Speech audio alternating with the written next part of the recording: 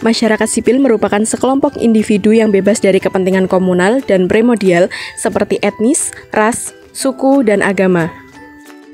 Kedudukan masyarakat sipil diatur dalam UU Ormas dan UU Desa Nomor 6 Tahun 2014, yaitu masyarakat sipil sebagai pendamping desa. Dalam masyarakat sipil terdapat lembaga swadaya masyarakat atau LSM sebagai wujud partisipasi masyarakat. Adapun peran masyarakat sipil dalam proses demokrasi yaitu advokasi, empowerment, dan social control. Salah satu representasi masyarakat sipil yaitu Institute for Research and Empowerment atau IRE. Itulah yang menjadi fokus pembahasan kita. Tahukah Anda tentang IRE? Apa saja yang dilakukan IRE dalam sistem demokrasi dan representasinya sebagai masyarakat sipil? IRE adalah lembaga independen, non-partisipan, dan non-profit yang mengembangkan sejumlah nilai dalam demokrasi seperti otonomi, kemandirian, kesetaraan, keterbukaan, dan anti kekerasan dengan bertumpu pada pengalaman dan pembelajaran program serta kelembagaan. IRE terletak di Jalan Palagan Tentara Pelajar, Kecamatan Ngaglik, Kabupaten Sleman, Daerah Istimewa Yogyakarta. Lembaga IRE berperan aktif dalam masyarakat sipil. Lembaga IRE sebagai representasi dari bagian masyarakat sipil juga mempunyai peran dan berpartisipasi dalam mengakses lahirnya UU Desa.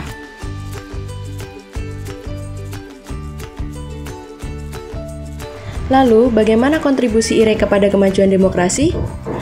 Untuk lebih jelasnya, mari kita simak wawancara berikut ini. Kontribusi IRE terhadap kemajuan demokrasi itu apa aja, Pak? Dan lanjutnya ketika setelah undang-undang desa disahkan, maka di situ ini capaian utama kontribusinya di undang-undang desa itu. Kita kontribusi besar ini. Nah, pasca undang-undang desa disahkan, maka tidak hanya sensitif. Karena ini kan kalau kamu menyebutnya kewenangan yang dikembalikan ke desa, bukan kemudian kewenangan oleh pemerintah, tapi kewenangan yang diberikan. Ini dulu pernah ada kewenangan yang diberikan ke desa, tapi oleh pemerintah diambil. Nah, ini kewenangan dikembalikan lagi, maka butuh waktu supaya undang ini implementasi dengan baik. Desa tidak sekedar hanya pekerja pelaksana saja, tidak, tapi saja punya kewenangan, maka dibutuhkan pendampingan. Ini mendampingan desa-desa yang menurut semasa mampu kita ya, karena kita kan pemerintah ya, anggarannya terbatas, maka kita pendamping. Nah, karena kita tidak sama dengan ketika Kementerian Desa di tahun 2015 itu dibentuk, 2016 maaf ya, 2015 itu dibentuk, itu ada pemerintahan desa lagi di zaman Jokowi, maka kita ikut mempengaruhi di desa supaya jangan sampai kementerian ini berbeda itu dengan apa yang diundangkan yang ada dalam undang-undang. Walaupun kita paham kalau tadi ditanya pemasangan besar di mana itu adalah kita sebetulnya banyak dipotong bahwa regulasi di undang-undang pemerintah semacam itu tidak dipotong oleh Kemendagri. Kemendagri itu kan merasa ketika ada undang-undang desa ini kayak haknya itu terus diambil oleh Kementerian Desa. Makanya terjadi dua resme kepengurusan di desa, ada Kementerian Dalam Negeri, ada Kementerian Desa. Ini memang agak ribet sebetulnya secara ini karena semuanya merasa punya wilayah. Walaupun secara pemerintahannya ada detail pembagiannya sebetulnya. Kendali ke pemerintahannya, sedangkan Kementerian Desa ke budayaannya. Tapi sebetulnya ini tidak masalah. Sebetulnya satu aja. Baik ini mengusulkan juga urusan desa kali ini Kementerian Desa saja. Kementerian tidak harus bergabung. Tapi Kementerian merasa itu semua wilayah ini harus bergabung. Kawan ya. Jadi ini berangkali ya Pak? Sebetulnya posisinya bukan sebagai perantara, tapi sebagai pendampingi desa.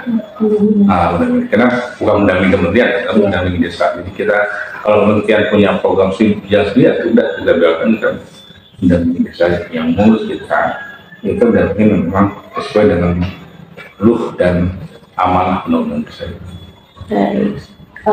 Kemudian melalui kontribusi itu pencapaian terbesar IRE apa Pak sebagai masyarakat sipil dalam mendorong kekuatan demokrasi? Ya, saya kira sekarang sudah mulai kelihatan bahwa desa sudah bisa mengatur dirinya sendiri, walaupun banyak bolong, terutama di daerah desa ya, banyak bolongnya, ada banyak kasus yang terjadi. Tapi bagi saya itu jangan menjadi digeneralisasikan, karena ada desa-desa yang punya desa banyak.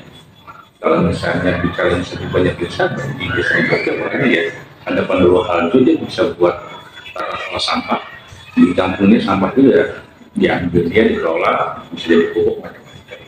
Di Pandowo itu di Bantul sana terdapat juga dia punya makan bagus gitu, dan juga terus bawa sampahnya jalan itu bagus juga, dan tata kelola pemerintahannya juga terbuka.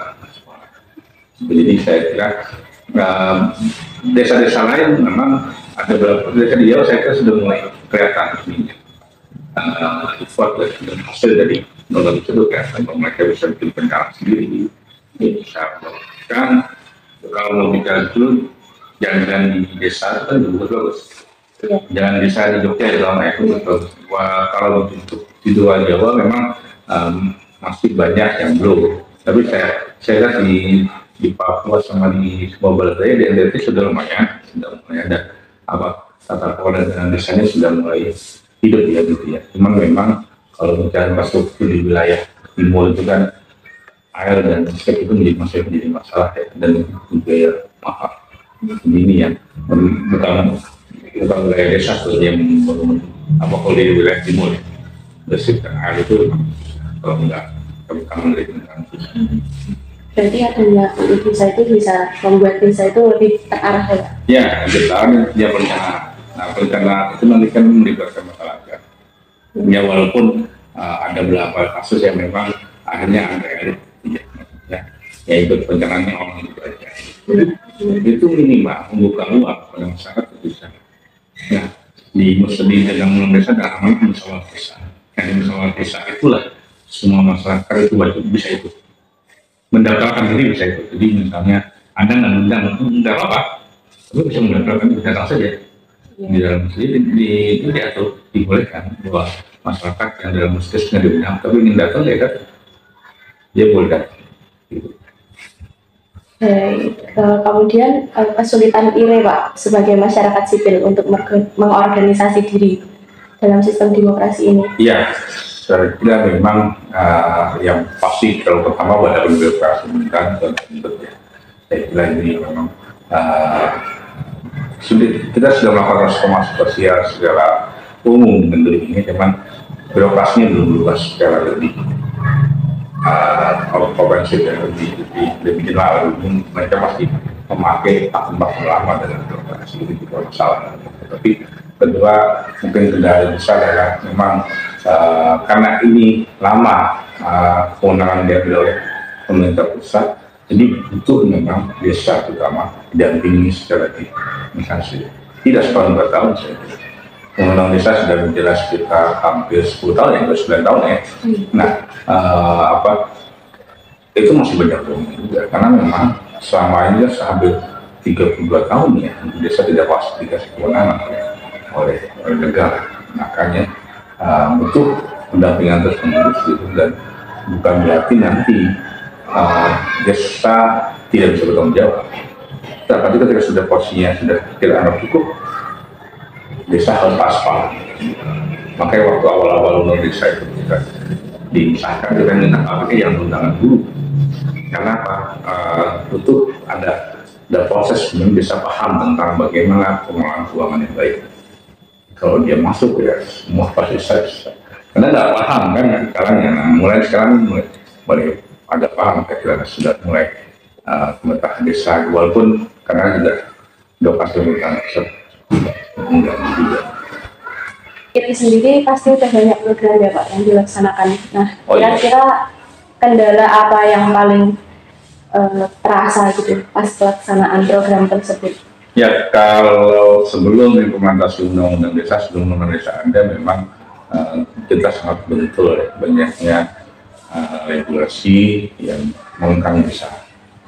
Sebenarnya itu seakan desa itu hanya menjadi pasar, kalau sekarang pasar ini kalau pemerintah daerah itu masuk semua ke desa, tapi desa nggak dapat apa-apa karena mereka langsung, saya kemudian ini masuk ke desa tanpa melalui pemerintah desa, masuk langsung ke masyarakat, bangun apa bentuk proyek ini, dan sehingga desa secara kelembagaan itu nggak tahu apa-apa, malah cuma penonton aja gitu. Balik kita tahu aja sama kementerian ini gitu, Pak kami buat ini kan sebagai buat ini. Nah ini yang memang yang kita lihat ke tahun-tahun seperti itu, sehingga desa wajar nggak maju karena nggak punya kewenangan dan tidak sesuai dengan apa yang mereka inginkan gitu. Makanya ketika desa ini ada peluang di undang desa jadi undang, maka kita berjuang untuk di asasnya non desa itu kan juga ada komisi pengakuan, ini buat desa diakui haknya agar itu sudah diakui, dan kita adalah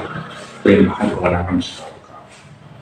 Dan di situ yang yang kita memang inginkan, jadi desa punya kewenangan diakui oleh pemerintahan desa. Nah, pengakuan di undang desa itu kuat, sehingga karena sudah daerah wilayah yang punya undang desa, pemerintah daerah, provinsi dan kabupaten itu undangnya undang pemerintahan daerah. Di kalau desa sendiri. Bagaimana Sobat SBI?